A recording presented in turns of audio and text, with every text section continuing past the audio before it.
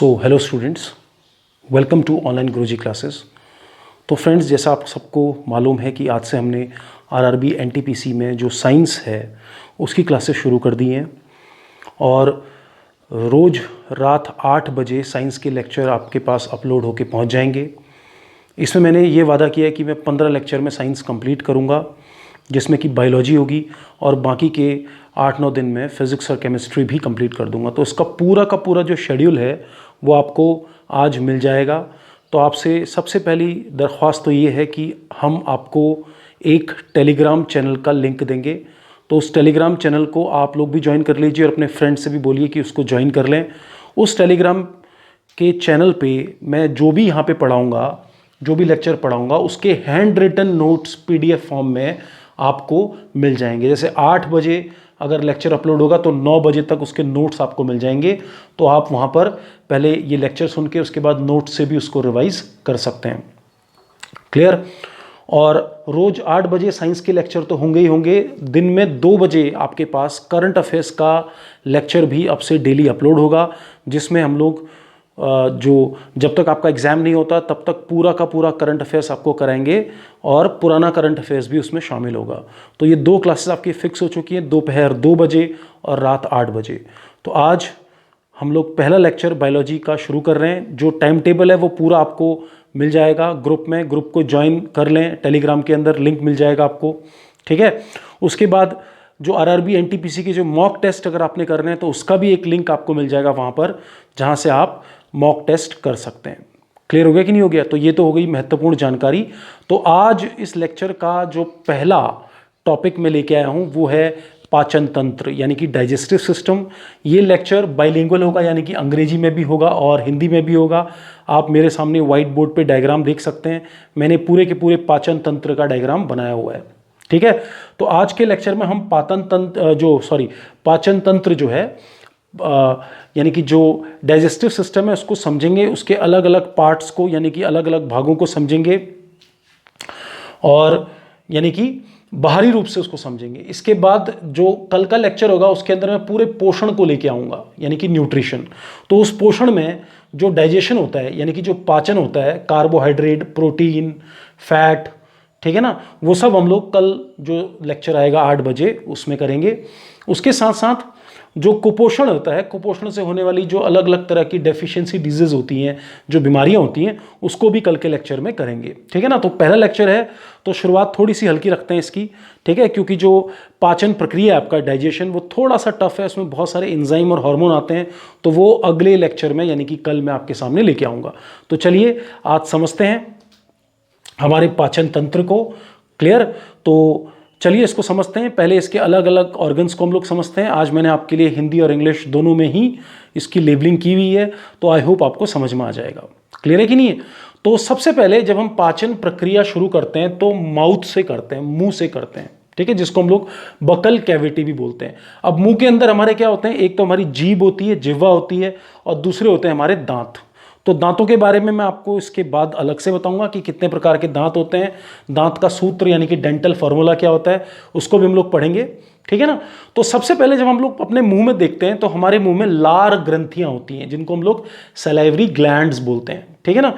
ये salivary glands लार का स्राव करती हैं, यानी कि सलाइवा सिक्रीट करती हैं, जो कि हमें पाचन में मदद करता है और भोजन को सुपाच्य बनाता है, यानी कि फूड को सॉफ्ट करता है, उसको डाइजेस्ट करता है ताकि हम उसको निगल सकें। तो सबसे पहले अगर आप मुंह में देखिए तो हमारे मुंह में 3 तरह की लार ग्रंथियां होती हैं, इसको याद रखिए, ठीक है ना। सबसे पहले जो लार ग्रंथि होती है उसको कर्णपूर्व ग्रंथि यानी कि पैरोटिड ग्लैंड बोलते हैं। कर्णपूर्व ग्रंथि यानी कि पैरोटिड ग्लैंड मतलब जो आपका कान है, ये कान के पास ये जो गाल है, ठीक है, इसके अंदर ये ग्रंथि होती है, इनको हम लोग पैरोटिड ग्लैंड बोलते हैं। तो सबसे ज़्यादा जो लार का स्राव होता है यानी कि जो सलाइवा का सीक्रेशन होता है, डाइजेशन में जो एंजाइम निकलते हैं वो इसी ग्रंथि से निकलते हैं। तो याद रखना पैरोटिड ग्लैंड। उसके बाद जो जीभ होती है उसके नीचे भी यानी कि मुंह के नीचे, ठीक है ना, वहां पर भी 2 तरह की ग्रंथियां होती हैं, इनको अधोजंब ग्रंथि यानी कि सब मैक्सिलरी ग्लैंड और सबलिंगुअल ग्लैंड बोलते हैं। तो याद रखना 3 तरह की आपके पास लार ग्रंथियां हो गई। एग्जाम में क्वेश्चन पूछेगा, ठीक है ना, लार ग्रंथियां कितने प्रकार की होती हैं, तो 3 प्रकार की होती हैं। इसमें सबसे ज़्यादा लार का जो स्राव होता है वो यानी कि सलाइवा का जो सिक्रीट होता है वो पैरोटिड ग्लैंड्स के थ्रू होता है। उसके बाद जब कभी भी आप भोजन करते हैं या ललचाते हैं कुछ, तो बहुत थिन सलाइवा लार जो टपकती है, ठीक है ना, जो काफ़ी उसमें लिक्विड पार्ट होता है, वो आपका सब मैग्जिलरी ग्लैंड से सीक्रेट होता है। तो ये मैं इसके क्वेश्चंस भी बना दूंगा, आज 9 बजे आपके पास मटेरियल पहुंच जाएगा इसका पूरा, तो वहां से भी आप पढ़ सकते हैं। तो पहली बात तो हमारी क्या हो गई कि हमारे उसमें जो लार ग्रंथियां होती हैं वो 3 तरह की लार ग्रंथियां होती हैं। एक होती है पैरोटिड ग्लैंड यानी कि कर्ण पूर्व ग्रंथि, और उसके बाद दूसरी होती है सब मैग्जिलरी ग्लैंड और सब लिंगुअल ग्लैंड। इनको हम लोग अधोजंब ग्रंथि बोलते हैं, जीभ के नीचे होती हैं। क्लियर है कि नहीं है? अब लार का यानी कि सलाइवा का क्या रोल होता है, जब हम पाचन पढ़ेंगे तो वहां पर आपको समझाएंगे। तो फिलहाल इतना समझ में आ गया होगा। क्लियर है कि नहीं? उसके बाद जब हम अंदर जाते हैं यानी कि गले के पास जाते हैं, तो वहां पर एक एरिया होता है, इसको बोलते हैं ग्रसनी, यानी कि इंग्लिश में इसको बोलते हैं फेरनेक्स। ठीक है ना? ये कॉमन एरिया होता है आपकी श्वास नली और ऑसोफेगस यानी कि जो भोजन नली है उसके बीच में। क्लियर है कि नहीं है? तो इसको हम लोग बोलते हैं फेरनेक्स यानी कि ग्रसनी। ठीक है ना? तो यहां पर क्या होता है, एक एपिग्लॉटिस नाम का अंग होता है, ठीक है ना, जिसको हम लोग एपिग्लॉटिस बोलते हैं, जो कि भोजन को श्वास नली में घुसने नहीं देता है। ठीक है ना? तो वो जब आपको हम लोग रेस्पिरेटरी सिस्टम पढ़ाएंगे यानी कि श्वसन तंत्र पढ़ाएंगे तो तब आपको अच्छी तरह समझ में आएगा।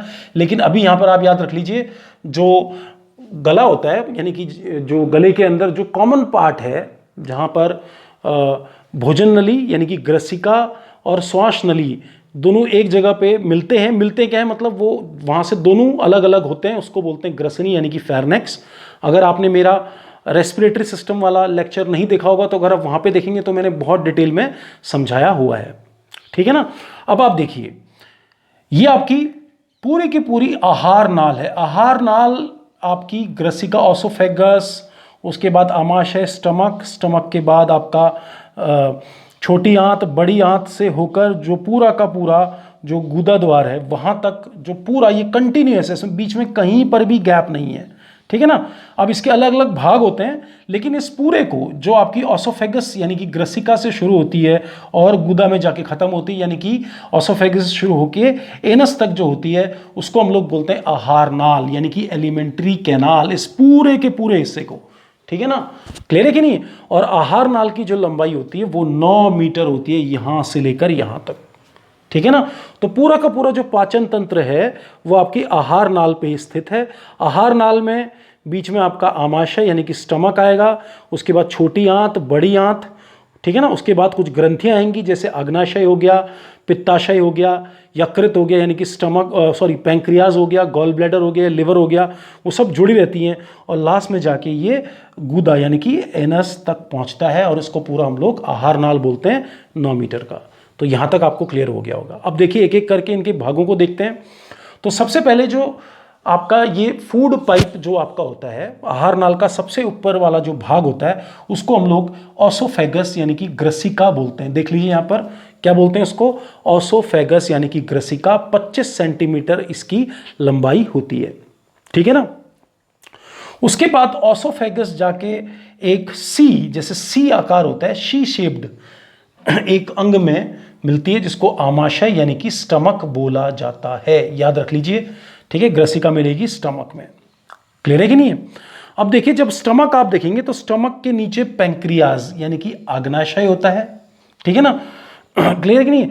जो पैंक्रियाज है आपका वो छोटी आंत से जुड़ा होता है, अभी मैं आपको बताऊंगा कहां से जुड़ा होता है उसको। ठीक है ना? और इसी पैंक्रियाज से जुड़ा हुआ होता है आपका ये पित्ताशय यानी कि जिसको हम लोग बोलते हैं गॉल ब्लैडर, और पित्ताशय के पीछे आपका होता है यकृत यानी कि लिवर। तो एक ग्रंथि तो आपकी होगी पैंक्रियाज, एक ग्रंथि होगी पित्ताशय। अभी बताएंगे यहां पर जो बाइल जूस, ये हम लोग सब कल पढ़ेंगे, इसके अंदर जो भी इंपॉर्टेंट काम होता है, आज तो सिर्फ इसके स्ट्रक्चर को पढ़ रहे हैं। और होता है यकृत। तो ये हो गई आपकी ग्रसिका, ये हो गया आमाशय यानी कि स्टमक, उसके नीचे आपका पैंक्रियाज। ठीक है ना? और पैंक्रियाज के साथ जुड़ा हुआ है आपका पित्ताशय यानी कि गॉल ब्लैडर, और पित्ताशय के पीछे आपका जो है जो जुड़ा हुआ है उससे ही, ठीक है ना, एक ही नली होती है यानी कि एक ही तरह की ये डक्ट होती है। ठीक है ना? जिसको पैंक्रियाटिक डक्ट यानी कि पित्ताशय नली बोलते हैं, और आपका ये बाइल डक्ट यानी कि जो यकृत के अंदर जो बाइल होता है उसकी नली जो होती है उससे यकृत जुड़ा होता है। तो यहां तक आपका क्लियर हो गया, समझ में आया कि नहीं है। अब देखिए उसके बाद सबसे पहले हम लोग छोटी आंत को पढ़ते हैं, क्लियर हो गया कि नहीं है। तो छोटी आंत यहां से मुड़ती है, ठीक है ना, ये जो आपका आमाशय है, स्टमक है, वहां से ये बेंड हो रही है, ठीक है ना। तो इस भाग को हम लोग बोलते हैं डेडनम। क्या बोलते हैं? डेडनम, ठीक है ना। यानी कि हिंदी मीडियम के स्टूडेंट देख लीजिए, इसको बोलते हैं ग्रहणी। यानी कि ये जब आमाशय यानी कि स्टमक से, स्टमक क्या होता है, जब यहाँ पर आपका ग्रसिका ओसोफेगस से जो आहार नाल है उसका आकार बड़ा होता रहता है, फूलता है, तो वो पार्ट आपका पूरा का पूरा पेट यानी कि स्टमक हो गया। उसके बाद वो पतला हो जाता है, उसका जो सबसे पहला पार्ट होता है उसको हम लोग डेडनम यानी कि ग्रहणी बोलते हैं। क्लियर है कि नहीं है? क्लियर, क्या बोलेंगे उसको? डेडनम। अब देखिए यही जो डेडनम है इसी से जुड़ा हुआ है आपका अग्नाशय, पैंक्रियाज। तो ये क्वेश्चन आता है कि पैंक्रियाज किससे जुड़ा होता है, तो वो छोटी जो आंत होती है उसका जो पहला भाग होता है जिसको हम लोग डेडनम बोलते हैं, उससे अग्नाशय जुड़ा होता है। क्लियर है कि नहीं? अब उसके बाद जब ये अंदर जाएगा, ये इसके पीछे है, ठीक है ना। अभी हम बड़ी आंत के बारे में नहीं बोल रहे हैं। तो छोटी आंत, ठीक है ना, का सबसे ऊपरी भाग हो गया आपका ग्रहणी यानी कि डेडनम। उसके बाद जो उसका बीच का भाग हो गया उसको हम लोग जेजनम बोलते हैं। क्या बोलते हैं? जेजनम। यानी कि हिंदी में बोलते हैं इसको अग्र शुद्रांत। याद रखिए, थोड़ा सा टफ है, जेजनम पढ़ना ज़्यादा इजी है, लेकिन मैंने हिंदी में भी लिखा हुआ है, उसको बोलते हैं अग्र शुद्धांत। क्या बोलते हैं? अग्र शुद्धांत। यानी कि ये इसके बीच का भाग है, ठीक है ना। जो ऊपर का भाग है वो तो हो गया ग्रहणी डेडनम, बीच का भाग क्या हो गया? अग्र शुद्धांत, और सबसे आखिरी का भाग जो है उसको इलियम यानी कि शुद्धांत बोलते हैं सिर्फ, ठीक है ना। क्या बोलते हैं? इलियम यानी कि शुद्धांत। तो देखिए छोटी आंत के 3 भाग होते हैं।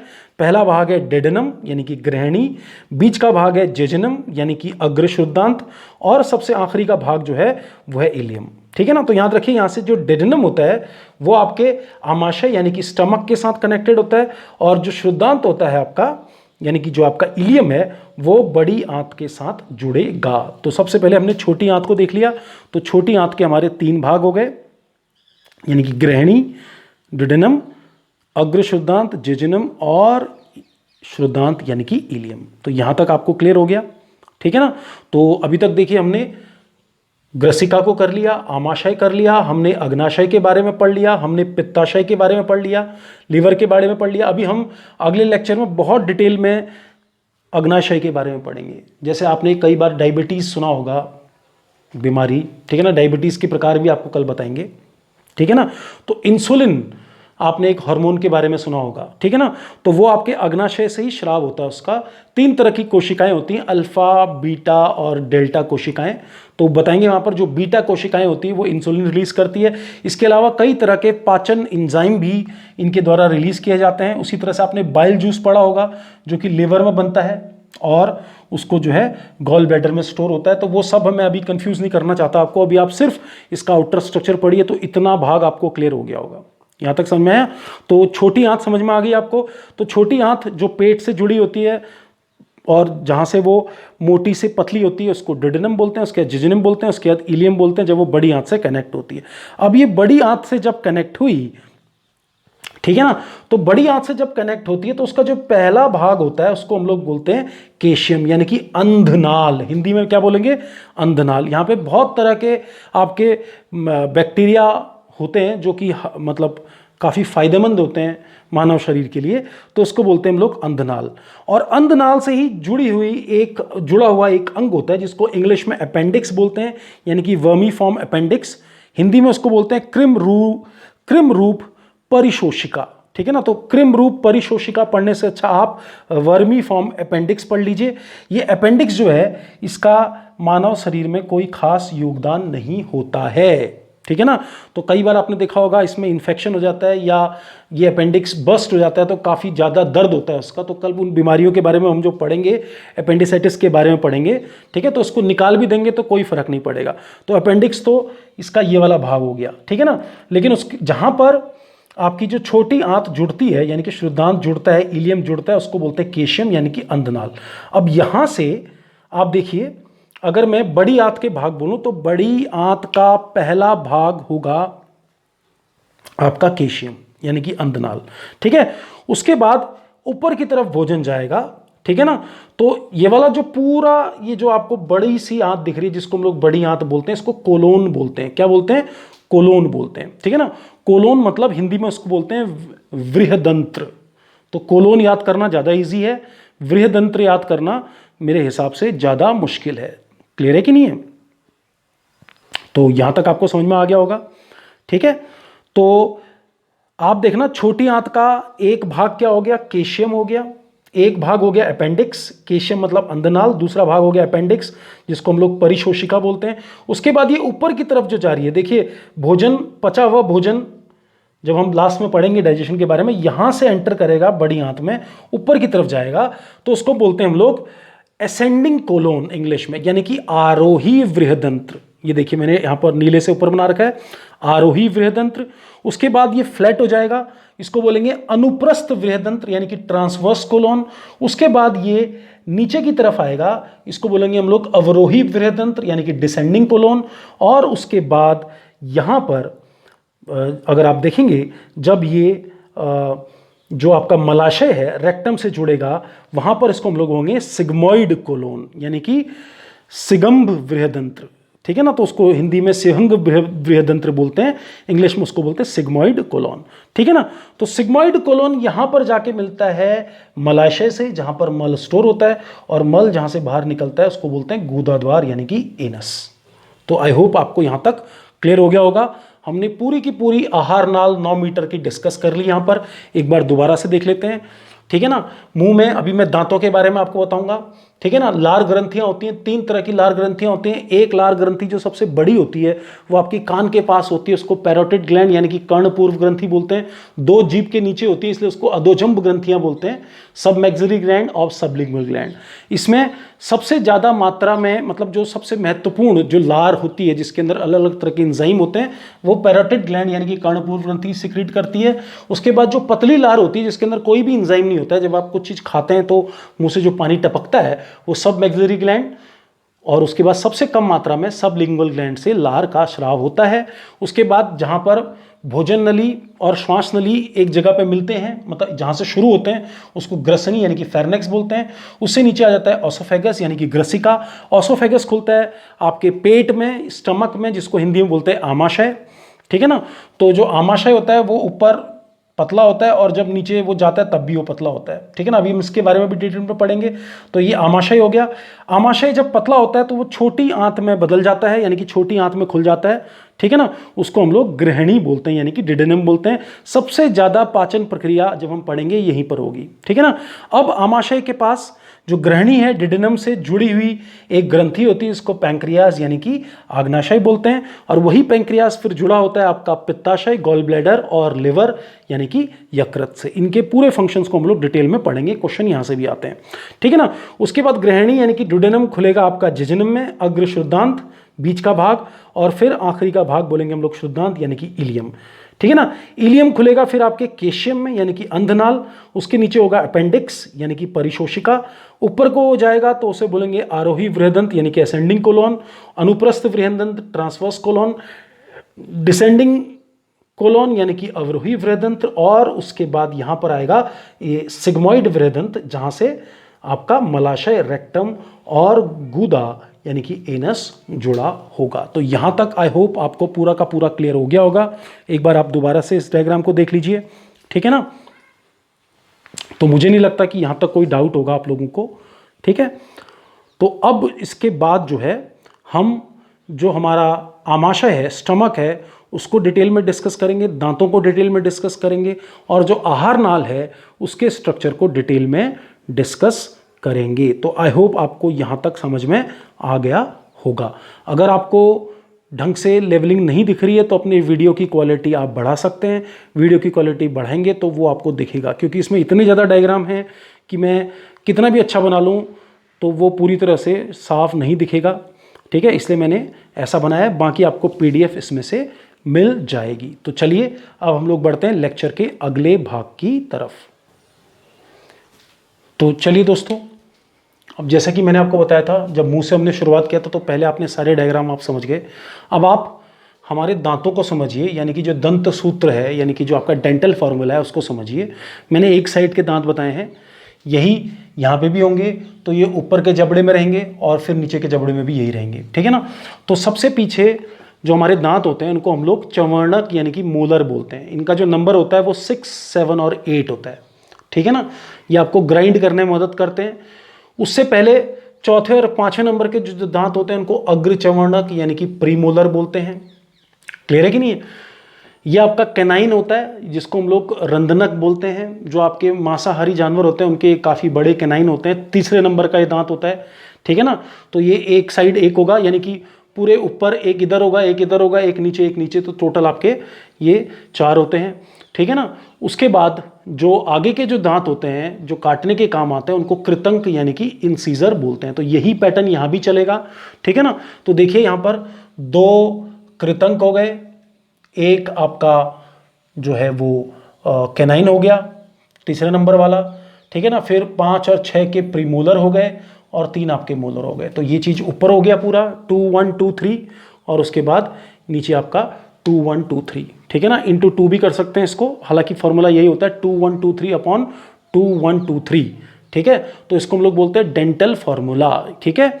और जो नया बच्चा होता है उसके जो डेंटल फार्मूला होता है वो 2 1 2 0 होता है, यानी कि उसमें जो दांत होते हैं बच्चों के वो चवर्णक नहीं आए होते, इसलिए वहाँ पर 2 1 2 0 हम लोग उसको बोलते हैं।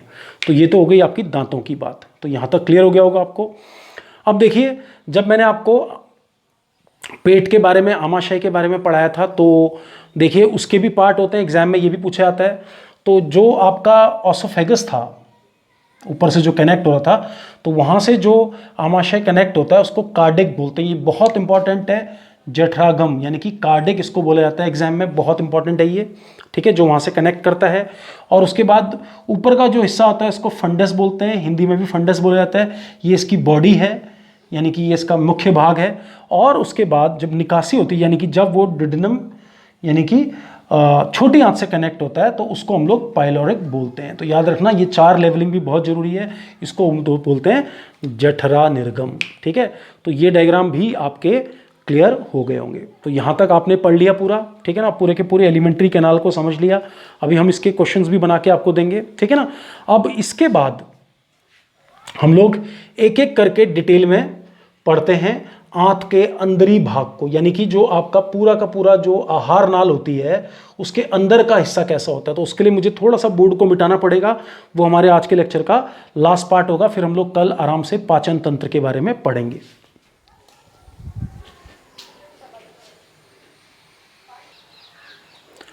तो चलिए दोस्तों, अब हम देखते हैं इस लेक्चर का आखिरी भाग, यानी कि जो आहार नलिक की आंतरिक संरचना होती है, यानी कि जो भी आपकी जो एलिमेंट्री कैनाल होती है उसका इंटरनल स्ट्रक्चर क्या होता है, जो पूरा ग्रसिका से लेकर गूदा तक, ठीक है ना।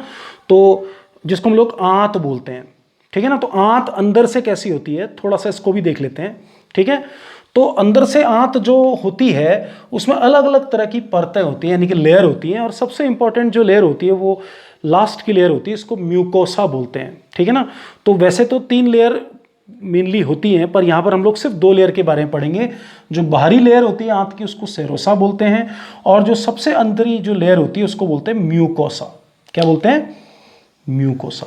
अब जो म्यूकोसा होता है ना, उसमें इस तरह के छोटे छोटे आपके प्रोजेक्शंस होते हैं। जैसे आपने तौलिया देखा है ना, तौलिया के ऊपर जो छोटे छोटे उभार होते हैं, म्यूकोसा के अंदर ये छोटे छोटे उभार होते हैं, जो कि पाचन प्रक्रिया में जो भी आपके जो पोषक तत्व हैं उनके एब्जॉर्प्शन यानी कि उनके संश्लेषण में, यानी कि उनके एब्जॉर्प्शन में वो मदद करते हैं, उनको एब्जॉर्ब कर लेते हैं, ठीक है ना। तो ये जो हैं इनको हम लोग बोलते हैं म्यूकोसा। अब जो म्यूकोसा होता है, एक म्यूकोसा अगर मैं देखूं म्यूकोसा के अंदर उसका एक प्रोजेक्शन यानी कि तौलिए का एक उभार देखूं तो उसको बोलेंगे विलाय, यानी कि विली बोलते हैं उसको, ठीक है ना। और उसके ऊपर छोटे छोटे इस तरह के और होते हैं उभार, जिनको हम लोग बोलते हैं माइक्रोविली, यानी कि सूक्ष्म विली हिंदी में, ठीक है ना। तो ये क्या करते हैं, ये आहार नली के सरफेस एरिया, ठीक है ना, यानी कि जो उसका क्षेत्रफल होता है वो उसको बढ़ाता है, क्योंकि आहार नली आपकी छोटी होती है लेकिन इनकी वजह से उनका सरफेस एरिया बढ़ जाता है। सरफेस एरिया बढ़ जाता है तो एब्जॉर्प्शन यानी कि वो जो भोजन में जो पदार्थ होते हैं उनको जल्दी शोष लेती है। जैसे कि आप देखिए, आप नॉर्मल कपड़े से नहाने के बाद अपने आप को पोंछिए तो आप उतनी जल्दी साफ सूखे नहीं होंगे, लेकिन तौलिए से बहुत जल्दी हो जाएगा, क्योंकि उसके अंदर क्या है, इस तरह के छोटे छोटे उभार होते हैं, तो कैपिलरी एक्शन उसके अंदर होता है। तो वैसे ही पेट के अंदर जो होता है, जो आंत होती है पूरी की पूरी, ठीक है ना, उसके अंदर ये प्रोजेक्शंस होते हैं, लास्ट में म्यूकोसा जो लेयर होती है उसको, उसके अंदर इनको विलाई और माइक्रोविलाई बोलते हैं। तो ये सबसे ज़्यादा जो आपको विलाई मिलती है वो मिलती है छोटी आंत के अंदर, क्योंकि सबसे ज़्यादा वहीं पर जो आपके जो कार्बोहाइड्रेट, प्रोटीन्स और फैट्स हैं, जो उनका एंड प्रोडक्ट है, वो एब्जॉर्ब होता है ब्लड के अंदर, ठीक है ना। तो छोटी आंत के अंदर आपको सबसे ज़्यादा मात्रा में ये मिलेंगे, ठीक है ना। अब मैं उन लोगों के लिए बता रहा हूँ, कभी आपने देखा होगा जो लोग नॉनवेज खाते हैं, तो नॉनवेज में कई बार आपने देखा होगा इंटेस्टाइन्स वगैरह भी खाई जाती हैं, भुटवा बोलते हैं इसको कॉमनली, ठीक है। तो आपने देखा होगा कभी, उसके अंदर आपको इस तरह के जो वेजिटेरियन हैं उनको थोड़ा सुनने में अजीब लग रहा होगा, लेकिन नॉन वेजिटेरियंस को पता है इस तरह के जो प्रोजेक्शंस होते हैं, आपने देखा होगा आंतों के अंदर। तो ये आंत की आंतरिक संरचना है, इसमें बड़ा इंपॉर्टेंट है, एग्जाम में अंदर की जो लेयर है म्यूकोसा के बारे में पूछा जाता है, और उसमें विली और माइक्रोविली के बारे में पूछा जाता है। अब जो ये एक विली होगी, उसके बाद जब दूसरी विली बनती है यहाँ पर इस तरह से, तो उसके बीच में जो गैप होता है उसको प्रगुहिका बोलते हैं, यानी कि उसको इंग्लिश में बोला जाता है क्रिप्स ऑफ लेबरकन, ठीक है। तो ये भी काफ़ी इंपॉर्टेंट है, क्लियर है कि नहीं है। अब इसके अंदर क्या होता है, जो ये म्यूकोसा होती है इसके अंदर म्यूकस रिलीज होता है, यानी कि एक तरह का पदार्थ होता है जो कि आंत को बचाता है, उसकी रक्षा करता है अंदर से, ठीक है ना। क्योंकि जब आप देखेंगे, जब हम कल पढ़ेंगे पाचन के बारे में, तो आप पढ़ेंगे कि जो आमाशय है उसके अंदर हाइड्रोक्लोरिक अम्ल बनता है, और हाइड्रोक्लोरिक अम्ल का पीएच बहुत कम होता है।